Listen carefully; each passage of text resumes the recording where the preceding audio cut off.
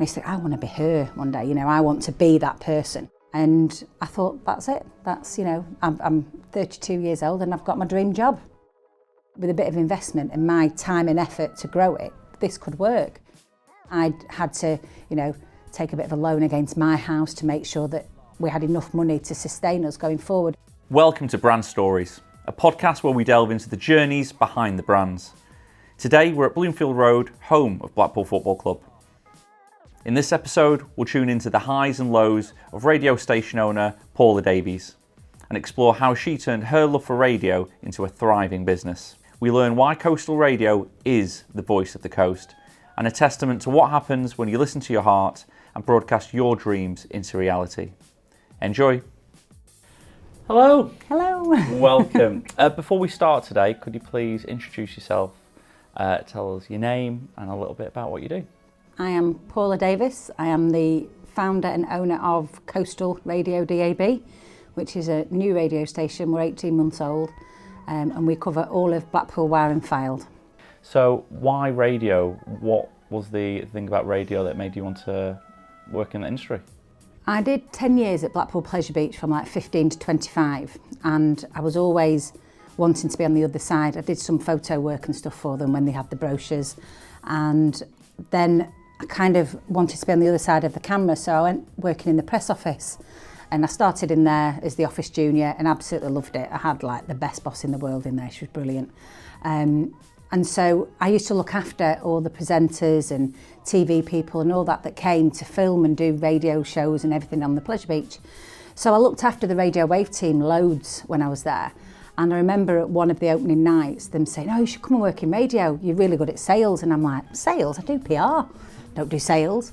And then it got to a point where I think I've done my time now at the Pleasure Beach. I did want to do something else, so I took them up on the offer and went working in sales as a sales rep at Radio Wave and just fell in love with it. Just absolutely loved going out, seeing clients, seeing what I could do, finding out about their business. So I thought, no, I like radio. I like doing this and selling and talking to people, and it felt like I was just going out having chats with people all the time, so I loved it because I can talk. Yeah. Well, that's great for us. It would be a terrible podcast if you didn't. So has there been a mentor? Was there anyone in particular? You mentioned your boss. Yeah, so I had a boss at Blackpool Pleasure Beach called Helen O'Neill, and she was head of PR and marketing, and she was very, very glamorous, very ab-fab type of thing. She'd come in, because back then you could smoke at your desk, and she'd come in with dark glasses on. She'd have been out the night before with the editor of The Sun or somewhere doing some things, and she'd come in, cup of tea would be nice, Paula, doing a cigarette, cup of tea would be nice, and I used to think, I want to be her one day, I want to be that person. And she was brilliant. She was just really nurturing, as much as she was quite hard and a taskmaster, she was really good at helping you grow and do things. So when she'd gone before I left, and I thought, no, I really want to develop my career like she did. So I spoke to her I've spoken to her my whole life through every decision I've made when I went from the Pleasure Beach to Radio Wave, when I left Radio Wave to go to other stations, when I came back, even to starting up Coastal. Oh, wow. So she's just been amazing. Fortunately, she's not with us anymore, which has been horrendous, to be honest, because she died last year. Oh. And she was literally the person I would talk to about everything. So yeah, she even helped me with the name with Coastal. Really? Yeah. It's so strange, isn't it, when you have someone like that stays with you for so long. Oh yeah, she's known everything about me my whole life. So yeah, she's like my work mum. Oh, that's a work mum. Yeah. So what was life like at the Wave? It was brilliant. It was different back then in radio. It's still the same processes. You'll go and see a client, see what their needs are, and see if you can adapt what their needs are to an advert to collect, to get the people that they want to target to come and buy their product or service. So it's the same process, but it was much more relaxed. We were owned by a smaller company at the time, so Radio Wave's always been owned. When I joined, John Barnett had just sold it, so it wasn't the local run business anymore. It was owned by a company called the Radio Partnership. Then it was the Wireless Group. Then it was, I think it was UTV after that. And then finally it went to News UK. So I went through that process. I was a sales rep, then I wanted more. I actually won an award in my first 2 years and got sent over to America to the big radio conference that was there. And I think anybody that they sent actually came back and had been offered other jobs. So I then went to what was called Century at the time in Manchester on Salford Quays. And I very soon realised that actually I didn't want to go to a bigger radio station because you just become an allocated appointment in someone's diary and it's all on cost per thousand and rate. What I liked was the going and seeing clients, talking to them about the family. I mean, I still remind a couple of my ex-clients it's their wedding anniversary and things like that. So I loved all that personal touch type of thing, you know, building the rapport with clients. So I didn't stay at Century very long. I went back to Radio Wave, but in a management position. So I realised I didn't want big stations, but I wanted to still further my career in management.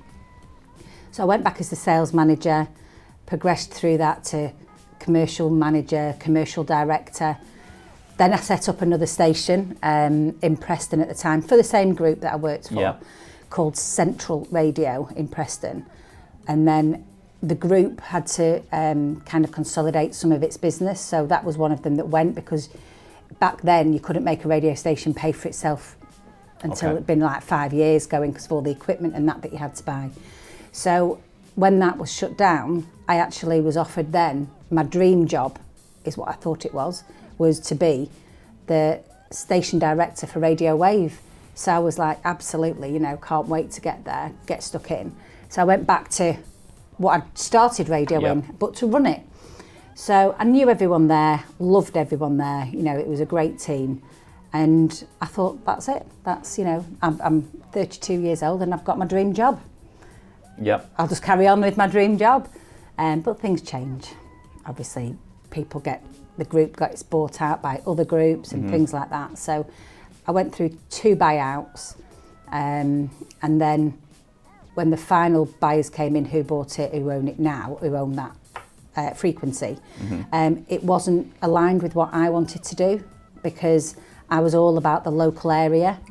And I live and breathe Blackpool and the Fylde Coast. So, you know, radio or the Fylde Coast, they're my loves. So I was, right, I don't want to go now and go to all those clients I've seen for 20 years saying it's all about the local sell and go and sell them on a regional sell. Absolutely. So I then just looked for something else, and I was quite lucky that a job came up at Winter Gardens as the commercial director. So in my head, I envisioned that job at being, I was going out to other businesses in the country to tell them how amazing the Fylde Coast is, bring your conference here. But just as I started, COVID hit. So I was furloughed for quite some time, and then it just never felt right afterwards. It just didn't get back to what I wanted it to be. And at the same time, the local licenses, the small scale DABs were coming to fruition. And one was set up at Blackpool with John Barnett, who used to own Radio Wave. And I thought, could I actually have my own radio station? I'm thinking, absolutely not. Who do you think you are? No, can you own a radio station? So I put a spreadsheet together like you do and thought, actually, with a bit of investment, because I didn't have any money, with a bit of investment and my time and effort to grow it, this could work. So I took the plunge and we were literally on air within 4 or 5 months. Really? So I made the decision in the May and we were on air by the 26th of September. Wow. Yeah, it was a bit of a roller coaster. So prior to that buyout then, had you ever considered owning your own radio station before? I never in a million years thought I'd be able to, because there was all that expense of the setup and all that lot. But that's where DAB came in and became where you can literally run a radio station from your laptop now. Wow. But it depends what you want the radio station to be. Of course. If you just want to play music or a vanity project, you want to just have a radio station, play music out there with a couple of intros and outros, then you can do that from a laptop. But I wanted to run it as Radio Wave was, because there was nothing wrong with Radio Wave. The people that bought it wanted that frequency because of the national advertising that you get with that. Sure. So I saw that gap. There was not a local radio station super serving Blackpool Wire and Fylde anymore. And I thought, well, that's what we could do with this. And that's when I looked at the the process and the cost associated with it, and thought, yeah, I can. But it was a bit of a surprise to me as well to think I actually could do this, and just took the plunge. Must have been scary. Very. I'd always worked for somebody my whole life, and I never wanted my own business really. No. Because I thought, someone else's responsibility at the end of the day. I've got a certain amount that I do, and I still report every quarter to head office in London. So long as everything was running as it should, all the legal stuff, all the other finance, all that was done at head office, so I didn't need to worry about it. So I was conscious that I was going to be taking on that side of things, and I didn't know the legalities on the programming and the presenting side as well. So that's when I spoke to Jed. So Jed was my breakfast presenter on Radio Wave for years and years. He then went on to Talk Sport and had set up his own content business for internet and socials and things. So I placed the station's based within his business. He's already got a studio there. So it was like, right, this could work, because Jed knows that side of things. I know the selling, the financing and that kind of bit. So let's do this. And so we did. Like getting the band back together, isn't it? Yeah. And I said I wasn't going to start the station if I didn't get Jed and Hayley back at breakfast. Because they were the iconic breakfast station. They were on it for 10 years at Radio Wave. They were so successful. Yeah. So that was kind of in my head, I had to get them back. And when I got them, it was like, right, this is real now. Yep. So as soon as they said yes, it was all guns blazing, let's get this done. Wow. So building that team around you then, because like you say, you'd never wanted to own a business before. No. You'd run a radio station, but not necessarily owned a radio station. Absolutely not, no. What was it like building that team around you? How did you start to do that? So I knew that there wasn't the budget to have a team like we had at Radio Wave. I mean, I had 20 staff at Radio Wave, and there's literally just me.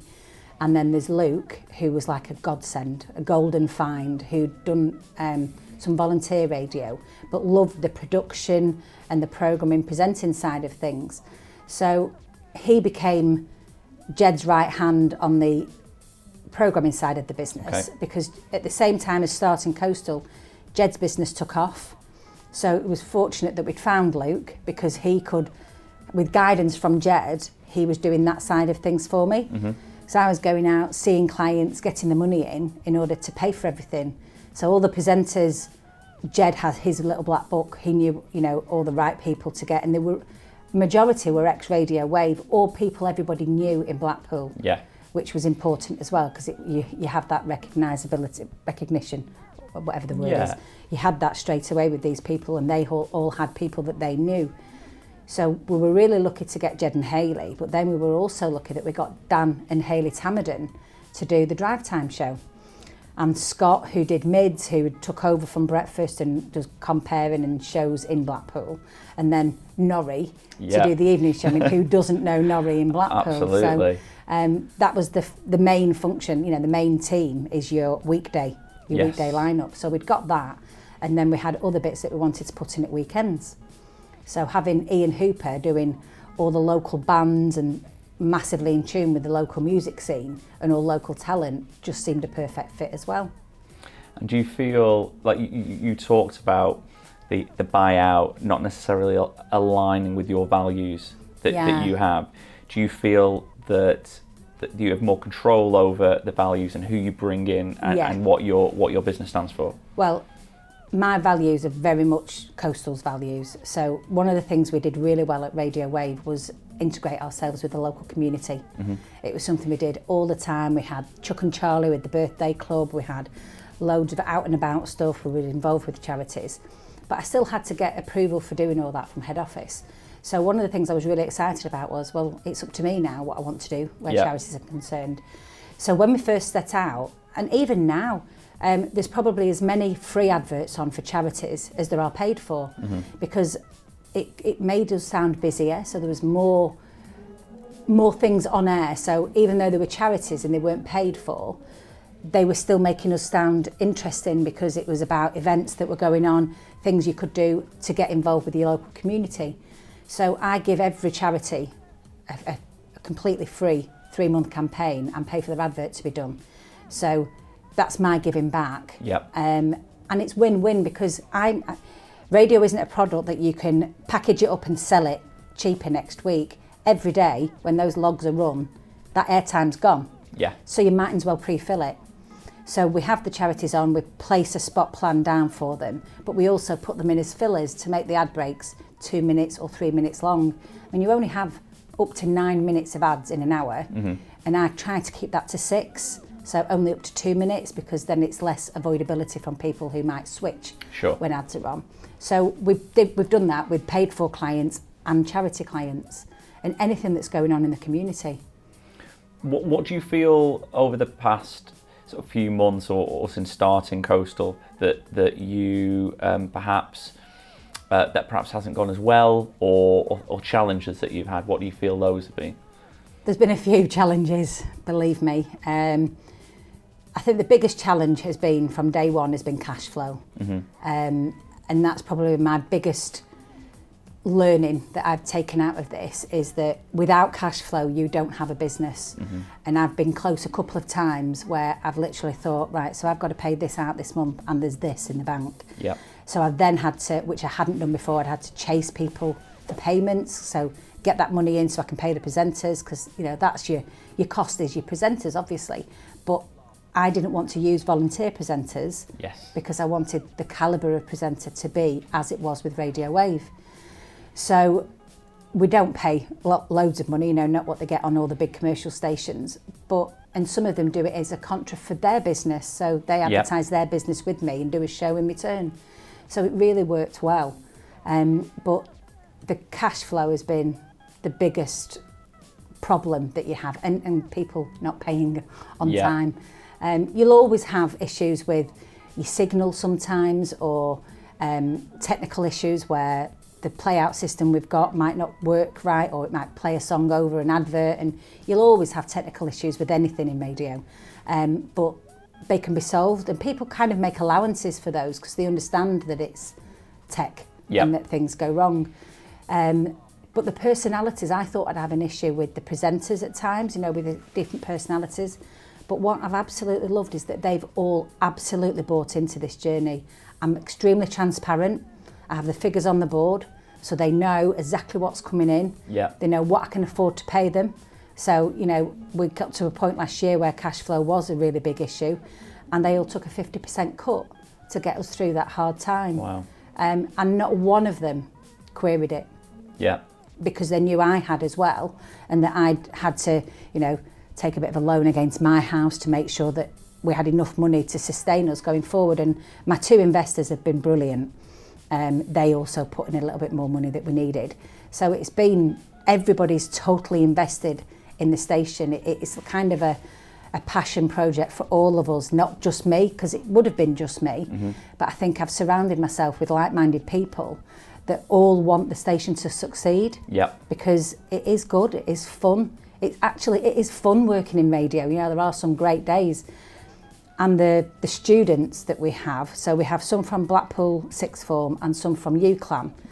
As part of their courses, they have to do radio shows or do bulletins and broadcasts and write things, all as part of their course in journalism or media studies. Well, there isn't the opportunity to do that anymore because local radio has died its death in so many places, with the big guys coming in and buying up all the local stations and lots of merging and networking going on.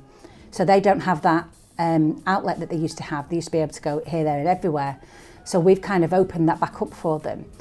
So they get what they need for their course, but I get their youth, their enthusiasm and their ideas, and they go out and they do the street team stuff, so they're out with the cameras and doing little social posts, so they're interviewing people at events like Pride, like Lytham Festival. I mean, that was a big one for us. We got Lytham Festival, so doing interviews there, and the students went out doing all that and they loved it. But that's what they need to do in order to learn their industry.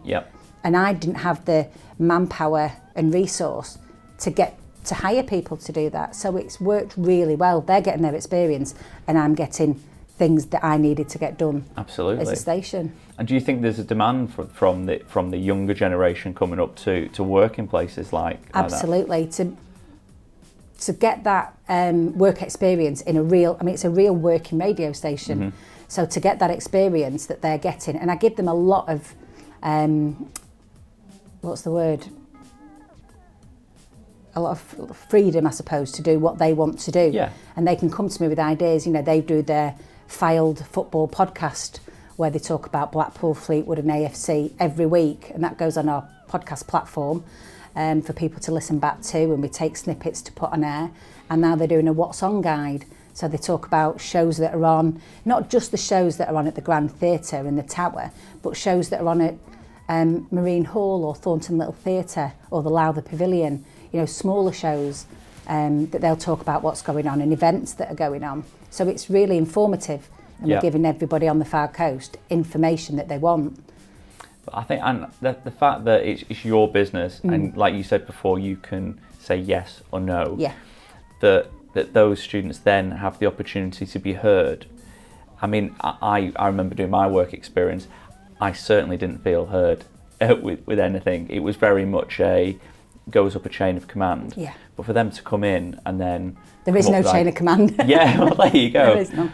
Yeah. Yeah. Do you feel that obviously that's the fact you own the station and you can do that, but do you think it's also how things have changed over time? Yeah.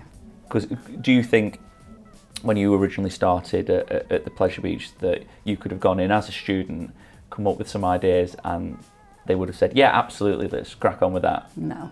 And even at Radio Wave, when we used to have I used to feel sorry for the work placements that would come, because they'd go into the studio, so they'd sit and answer phones in the studio, or they'd go into the news room, or they'd come out with the sales team, or they'd be filing. Yeah. And I was so absolutely adamant that I didn't want the students to come in and just shuffle paper, or, you know, just to tick the box. They had to be doing what they wanted to do. It had to be further in their career for them, because I knew I would be getting such value out of them from what they were doing, that it had to be a two-way street. And we've done that, you know, 18 months in now, and we've still got a lot of the same students because they're on a 3-year uni course, and they'll be with us for the full 3 years.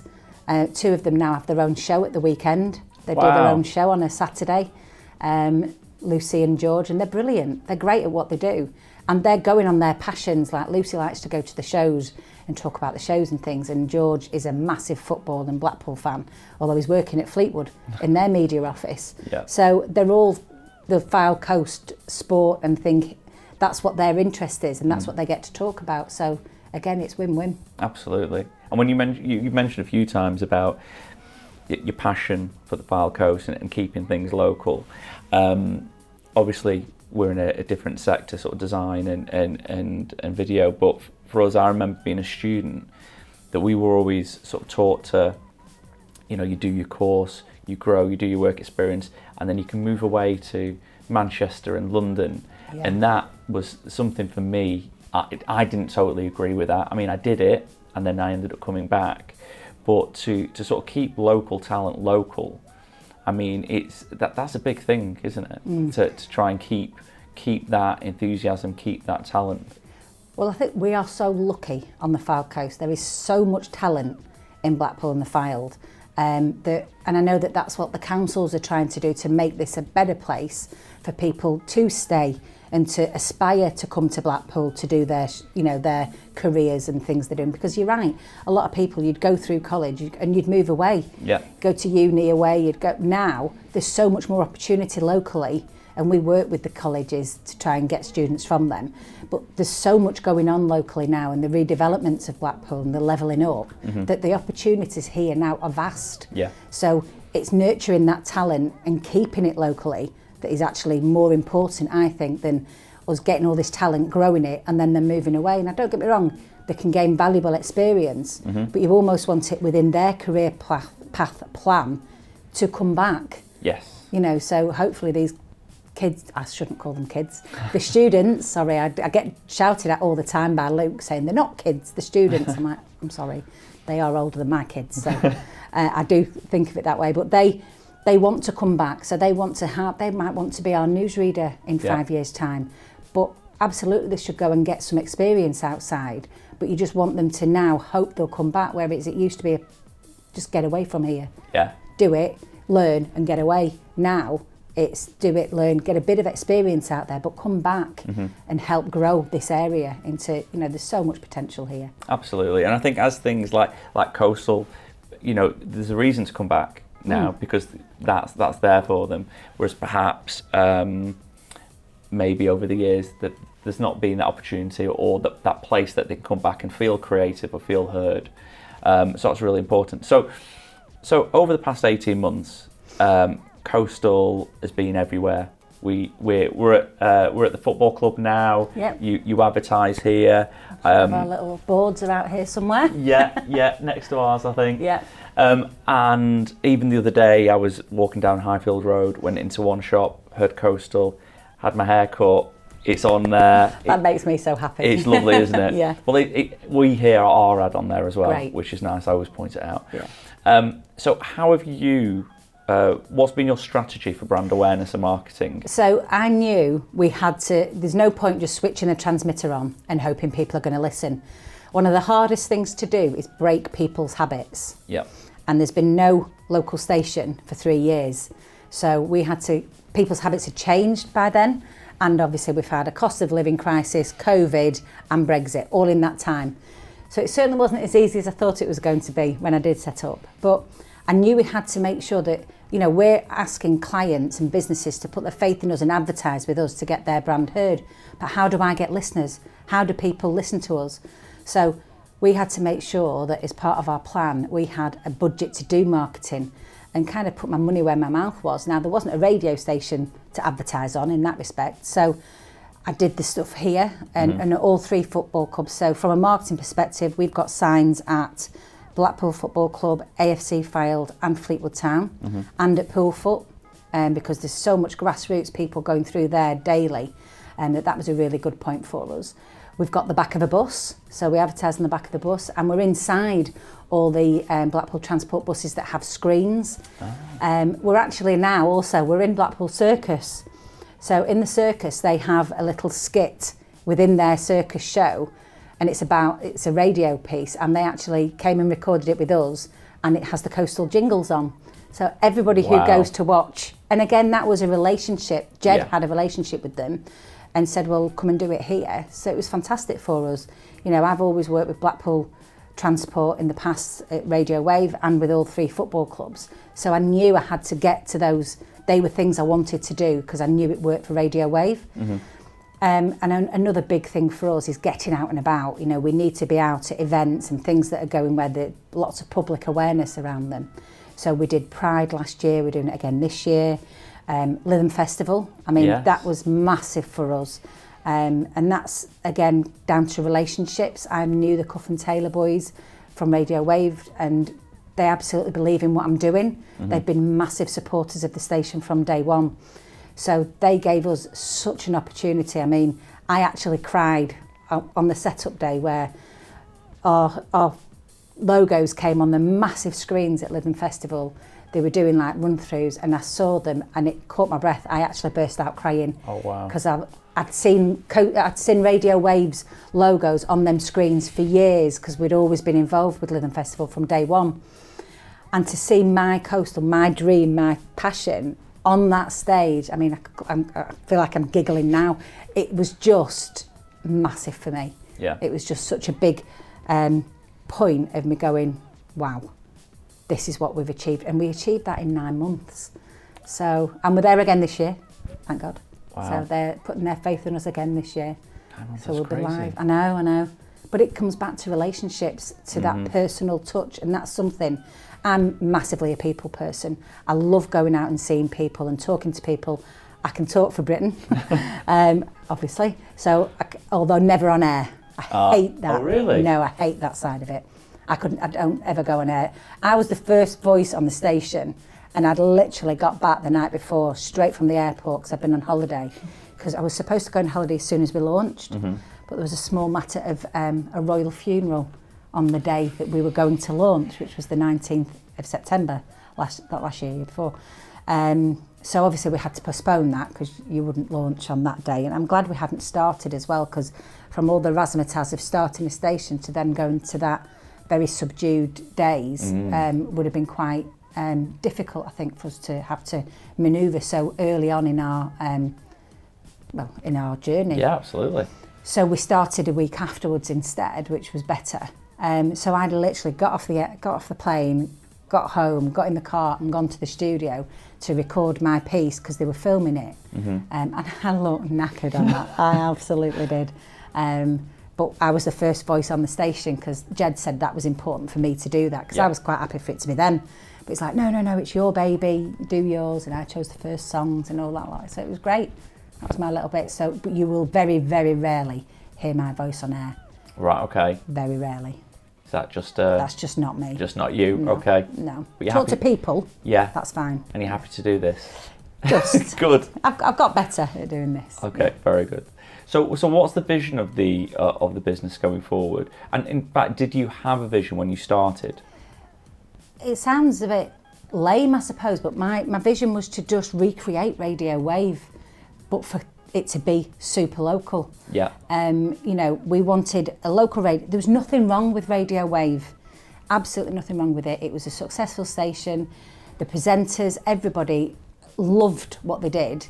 It was a great environment to be in. So I just wanted to recreate that the best I could. And eventually, that's what I want to do. I want to go to where we're live all the time. You know, we have to pre-record some shows, but that's budget. You know, what we've got ahead of us at the moment is I can't afford to be 24 hours a day live, and not many stations are nowadays.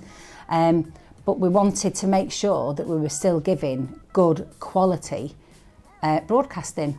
So in the future, I want to do much more live, obviously, but that's got to depend on who is doing those shows, because Jed and Hayley can't be 100% live all the time because they've both got commitments. Of course. They're both parents now, so they've got school runs to do. So there's little things like that you have to take into account, and that's why radio's become a lot more flexible. Yeah. And not only that, but you also have an awards coming up. So I think I can honestly say the single best decision business-wise I've made for Coastal in the last 18 months was in January to launch our local business awards. So they're called the LBAs, and they're in a few weeks now. I can't believe it's only a few weeks away, the 19th of April. And I was cautious because I thought, is there an appetite? Because obviously you've got some big awards in this area. We've got the Biebers, the Evas, the Red Rose Awards. But there wasn't anything that was super local, and everything we do at Coastal is local. You know, I've been asked to do stuff with the station in Preston, and I've turned it down because although with Radio Wave that was part of our remit, that's not what we're concentrating on. We are solely the Fylde Coast. Yep. So I wanted everything that we do to be part of the Fylde. So there was the Wire Business Awards, but again that was for Wire, and we're Blackpool, Wire and Fylde. So again we did Culture and Lifestyle Awards at Radio Wave. So I've kind of adapted those, and we've done these LBAs, the Local Business Awards, and they've gone massive. It's been mind-blowing.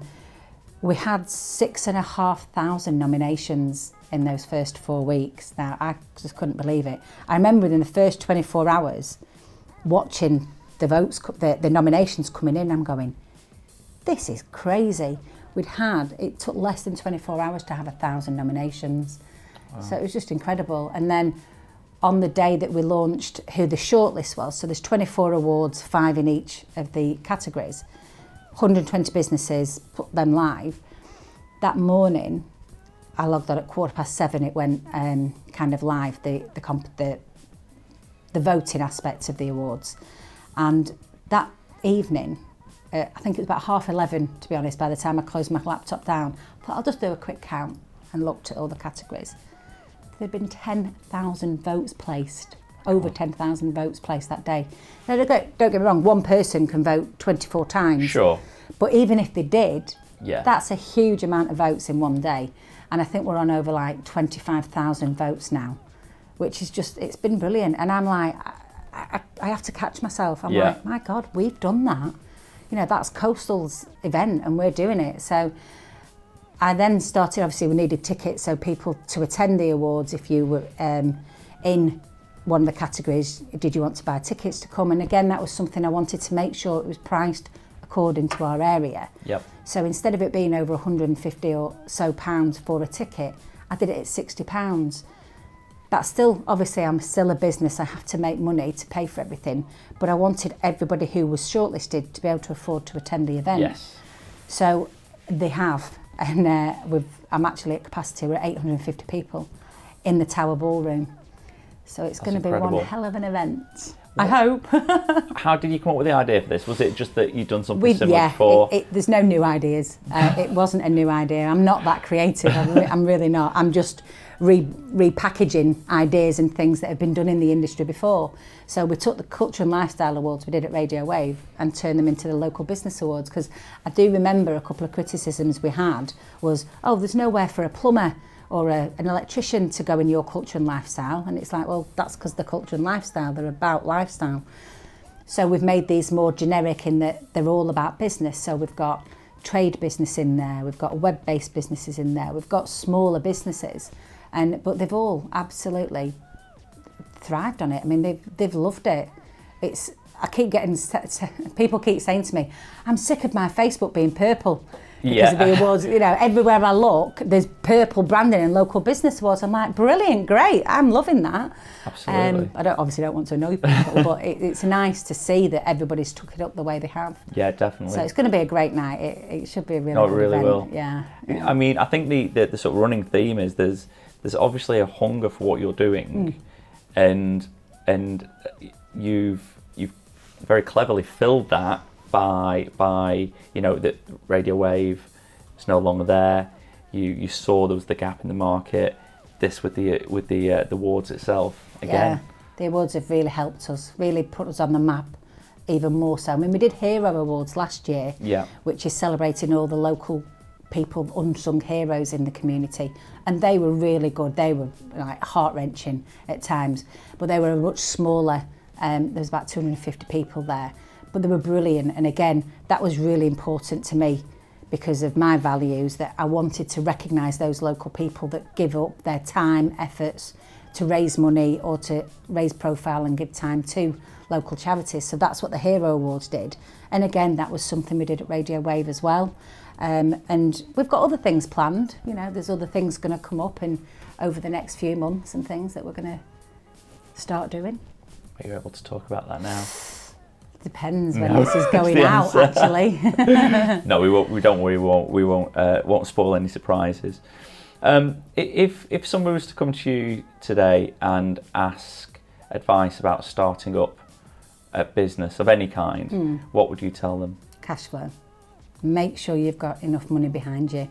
Having a passion and a love for something, I want to say that's enough. It isn't. It nearly killed me last summer, where it was at a point where everything seemed to be going okay, and on the outside the profile was raising, everything was going well, but I was like that duck underneath the water. My feet were going 10 to the dozen, and it can be really overwhelming, and that you've got all these people depending on you now, to not that I was their main source of income, that the work they did for us, but there was an expectation out there now with Coastal Radio. We'd done it, we'd launched it, there's no way we were going back on it. Yeah. So I had to carry on, I had to keep going, and I had a bit of a kick up the bum off Jed, saying, no, you need to be doing more of this, and you're not doing that, which you were doing in the beginning. And he was right. I had to learn from that. And I very easily could have just gone, I can't do it. I just can't do it anymore. But I don't think I've actually ever given up on anything. And I think the more people expect me not to do something, the more determined I am to make sure I do it. And there were people that, didn't think I could do it. Mm-hmm. There was people that probably wanted to see me fail. But look at me now. Look at you now. And I just wanted to prove those people wrong more than anything. But it doesn't feel like work all the time. And I think that's really important if you're doing a small business setting up. You've got to love it, you've got to want to do it, and you've got to have that passion for it, because otherwise those really difficult points that you come to in a business, especially in the first 12 months, then you will give up, or you will look for an easier option, an easy way out. But that just wasn't an option for me. I knew I had to pull my pants up and crack on. And we did. And, touch wood, so far so good. We're getting there. It pays for itself now. The money coming in pays the money going out. We just want to grow now and develop and get more things on air. There's so many ideas, even ideas that we had at Radio Wave that were on air, that were easy to put on air, that we haven't done yet. So there's so much scope. Little things like one of the things I want to introduce is a mascot. So we had Chuck and Charlie at Radio Wave, and we went out to all the schools and asked them to design us a mascot. Well, I want to do the same thing. Design a mascot for Coastal that stands for everything we stand for. And I'm going to go to the schools and ask them to draw a mascot that they think would represent Coastal and then get that mascot made. And that's going to be the Coastal's mascot going forward. So hopefully I'll have that done by July for Living Festival, but I'm not sure yet. It takes a lot of time. Yeah. Will you be in the mascot outfit? I was in Chuck and Charlie more times than I wanted to be, and I was the bloody MD of the station. So yeah, no doubt I will end up in the costume at some point because we just don't have a resource of staff. The students have all said they want to do it. And I've got a son who will do it if he's told to. There you go, I hope. But yeah, and I've got friends that said, oh, I'll do it. I'll come and go to this event and put the costume on. So I don't think we'll struggle getting people to do it for us. It's a good laugh. Yeah. You know, I remember doing the 10K fun run, and we did it in the costume, but without the heads. So we made masks of the heads instead. Yeah. Because there's just no way we could have done it, but we still did. We walked the 10K, but we did it as Chuck and Charlie, me and Nicola from the sponsorship department. We went and did it because no one else would. So it was like, right, well, we wanted to enter, so we're going to have to do it ourselves. So yeah, there's nothing at the station besides presenting that I won't do. I'll sit there and go through the finance. I'll sit there and do stuff on social media and on the website. Although I think Jed and Luke hold their breath whenever I'm logged into Air, who runs the on-air stuff, or Myriad, the play-out system, because they think, what's she going to do? Is she going to crash it? Is she going to crash the whole system? And I always think I will always go to them first and try and get them to do it. But then if they can't, or they're busy doing something, I think, no, I need to learn. I've actually taught myself Canva. I've just got an online course for it as well now to try and get me a little bit better at it. But I've learned so much. Now I can put an advert now from an email, I can put it on the system, and then I can run the logs and it doesn't crash. Well, I've never done that in 20 years of radio at Radio Wave. That wasn't anything to do with my remit and my role.